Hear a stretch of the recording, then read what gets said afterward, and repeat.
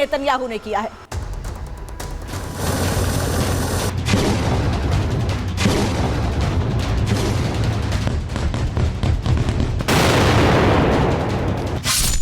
अक्टूबर महायुद्ध का डर।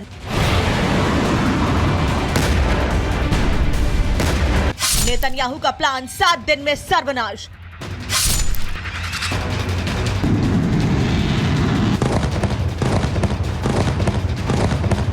जंग में नेतन्याहू तैयार, 7 फ्रंट से वार।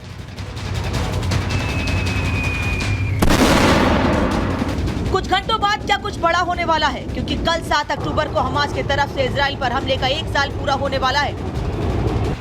ऐसे में पूरी दुनिया की नजर इजराइल पर है। क्या इजराइल 1 साल बाद कुछ बड़ा करने जा रहा है?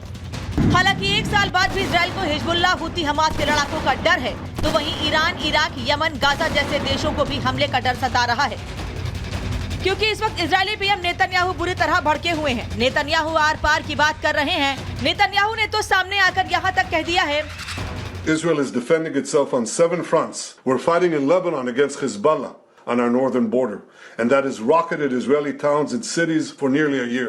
We're fighting against the Houthis in Yemen, and we're fighting against Iran. We're fighting against terrorists in Judea and Samaria. We had militias in Iraq and Syria. In 7 front का नाम लेकर नेतन्याहू ने फ्रांसीसी राष्ट्रपति इमैनुअल मैक्रों को कड़ा संदेश तो दिया है। साथ ही ये कड़ा संदेश उन सब देशों के लिए भी है जो आतंकवाद का साथ देते हैं। नेतन्याहू ने साफ कह दिया है कि इजराइल फ्रांस या उसके समर्थन के बिना भी युद्ध जीत जाएगा। ईरान और इजराइल के बीच जैसे जैसे तनाव बढ़ता जा रहा है, दुनिया भी 2 धड़ों में बढ़ती जा रही है, और ये बात ईरान के सुप्रीम नेता अयातुल्लाह खामेनी अच्छी तरह से जानते हैं कि इजराइल शांत बैठने वाला नहीं है, और इसीलिए ईरान में इजराइल के हमले को देखते हुए ईरानी सेना को हाई अलर्ट पर रखा गया है। सेना को निर्देश दिए गए हैं कि वो 24 घंटे अलर्ट मोड पर रहे। इसके अलावा ईरान में तेल डिपो और हथियारों की सुरक्षा भी बढ़ा दी गई है। ऐसे में सवाल यह है कि नेतन्याहू की तरफ से दिए गए बयान के मायने क्या हैं? क्या 7 फ्रंट पर इजराइल कुछ बड़ा करने वाला है? क्योंकि 7 फ्रंट और 7 अक्टूबर दोनों ही डराने वाले हैं। क्या दुनिया तीसरे विश्व युद्ध के मुहाने पर खड़ा हो गया है? Bureau report, Republic Bharat. और नेतन्याहू ने जिन 7 फ्रंट की बात की है वो आपको एक नक्शे के जरिए दिखा देते हैं कि कैसे नेतन्याहू इन 7 फ्रंट पर मुकाबले की तैयारी कर रहे हैं। उसमें सबसे पहला फ्रंट है लेबनान, क्योंकि लेबनान में हिजबुल्लाह के आतंकियों को खत्म करने के लिए इजराइल लगातार बड़े कदम उठा रहा है, और इजराइल का यह साफ कहना है कि 1 लाख 1.5 लाख जितने भी लड़ाके हैं उनको मार गिराया जाएगा। दूसरा फ्रंट कौन सा, जल्दी दिखा दीजिएगा जल्दी से, कि दूसरा फ्रंट जिस पर लड़ाई की तैयारी इजराइल ने कर रखी है वो है वेस्ट बैंक, जो गाजा से लगा हुआ इलाका है वेस्ट बैंक, जिसे लगातार अपने कब्जे में करने की कोशिश इजराइल की ओर से की जाती है, लेकिन वहां पर इजराइल की मुश्किलें बढ़ती जा रही हैं। गाजा पट्टी, जहां पर इजराइल की सेना पहले ही एंटर कर चुकी है और जमीनी ऑपरेशन वहां पहले ही शुरू कर दिए गए हैं। गाजा पट्टी तीसरा वो फ्रंट है। और चौथा फ्रंट जल्दी से आपको बता देते हैं, चौथा फ्रंट कौन सा है जहां पर इजराइल की मुश्किलें बढ़ रही हैं, लेकिन इजराइल लड़ने के लिए पूरी तरह से तैयार, और वो है यमन, यानी हुती लड़ाके जो लगातार इजराइल की मुश्किलें बढ़ा रहे हैं। और इसके अलावा ईरान, क्योंकि ईरान में खामनेई की हुकूमत है और खामनेई ने साफ कह दिया है इजराइल का नाम लिया बिना कि दुश्मन को जवाब देना है, दुश्मन हमको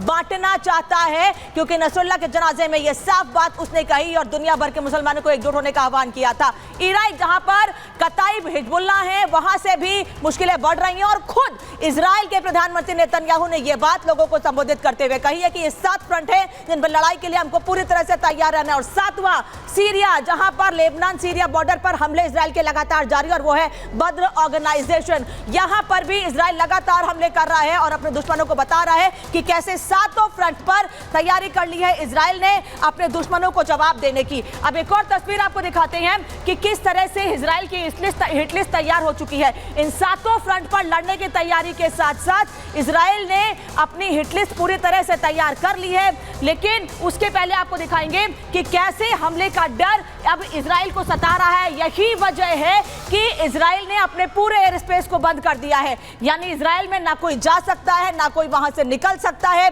यह तस्वीर आपको दिखा रही हूं, आप समझिए कि पूरा एयर स्पेस इजराइल ने अपना बंद कर दिया है। और आज से रही, जिस दिन ईरान ने इजराइल पर हमला किया था उस दिन ही इस एयर स्पेस को पूरी तरह से बंद कर दिया गया था। और इजराइल के साथ साथ ईरान ने भी कुछ घंटों के लिए अपने एयर स्पेस को हमलों के बाद, जबकि ईरान ने इजराइल पर हमला हमला किया था, लेकिन उसके बाद भी ईरान ने भी कुछ घंटों के लिए अपने स्पेस को बंद कर दिया था। लेकिन इस बीच इजराइल ने 7 फ्रंट पर लड़ाई के साथ साथ अपनी हिट लिस्ट भी तैयार कर ली है। उस हिट लिस्ट में कौन कौन है ये भी आपको बता देती हूं।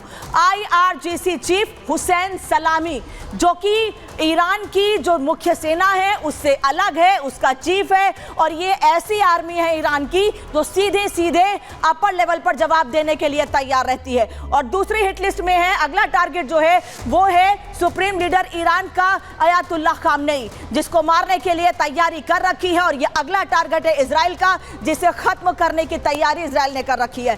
तीसरा बड़ा टारगेट कौन सा है इजराइल का, ये भी आपको बताते थे अगला टारगेट, और ये अगला टारगेट है इस्माइल कानी, जो कि खुद फोर्स का चीफ है। इस्माइल कानी, जिसको इजराइल मारने की तैयारी कर रहा है, उसकी फहरिस्त में ये नाम भी शामिल है। और चौथा जो सबसे बड़ी चुनौती है इजराइल की सेना के सामने, वो है याह्या सिनवार, जो कि हमास का चीफ है। वो चुनौती क्यों है इजराइल के सामने, ये आपको बता देती हूं, क्योंकि इसको मारने के लिए इजराइल की ओर से खुद कह दिया गया है कि हमने कई बार कोशिशें की हैं, लेकिन हम उसको अब तक मार नहीं सके हैं। क्यों नहीं मार सके हैं ये आप उस तस्वीर में दिखाते हैं। दरअसल याह्या सिनवार जो टनल के अंदर, क्योंकि हमास की यह खासियत है कि टनल के अंदर ही हमास के आतंकी रहते हैं, तो ऐसे में यह शख्स आगे बढ़ता है, लेकिन इसके साथ हमेशा छोटे बच्चे या फिर वो होस्टेजेस होते हैं, जिसको 1 साल पहले इजराइल से लेकर गए थे। लेकिन ये याह्या सिनवार, जिसके हाथ में हमेशा एक बैग होता है, ये कहा जाता है कि इस बैग में डायनामाइट होते हैं, विस्फोटक होते हैं। अगर इस पर IDF की ओर से हमला किया जाता है, छोटे छोटे बच्चे जिनको बंधक बना लिया है, जिनके परिवार के लोगों को बंधक बना लिया है, उसको मार गिराना बड़ी चुनौती है। कि अगर याह्या सिनवार को निशाना IDF ने बनाया तो इन बच्चों को, इन होस्टेजेस को, जो इजराइल के रहने वाले हैं, उनको भी नुकसान हो सकता है। और मेहमान इस वक्त मेरे साथ जुड़े हुए हैं मेजर जनरल GD बख्शी और विदेश मामलों के जानकार पूर्व राजनयिक मेरे साथ दीपक वोरा जी जुड़े। आप दोनों लोगों का बहुत बहुत स्वागत है। सबसे पहला सवाल जनरल बख्शी आपसे, मैंने एक तस्वीर दिखाई याह्या सिनवार की, वो एक बड़ी चुनौती है। हालांकि इजराइल ने पूरी लिस्ट तैयार कर रखी है किसको किसको मारना है, लेकिन सिनवार बड़ी चुनौती है, क्योंकि हमेशा वो छोटे बच्चों के साथ, उन बंधकों के साथ दिखता है जिनको इजराइल से पिछले साल बंधक बनाया गया था। एक बड़ी चुनौती इजराइल के सामने। बेशक एक इजराइल, जैसे आपने अच्छा बयान दिया कि वो 7 फ्रंट पर लड़ रहा है, 7 अलग दुश्मनों से, 3 एचेस से, सीरिया इराक के जो शिया मलेशिया है उनसे, और उसके अलावा अब ईरान से सीधे सीधे उसकी टक्कर है। तो ये जो लड़ाई में पैराडाइम शिफ्ट हुआ है, अभी तक ये प्रॉक्सी वॉर थी, यानी ईरान अपने जो प्रॉक्सीज के ज़रिए इजराइल से लड़ रहा था। अब दोनों के बीच में डायरेक्ट क्लैश आ गया है, अब दोनों के बीच में डायरेक्ट क्लैश हो गया है, और इसके चलते जो है ये लड़ाई बहुत भीषण हो सकती है। कल 7 का जो है, कल 7 अक्टूबर का दिन है, जिस दिन हमास ने ये हमला किया था इजराइल के ऊपर।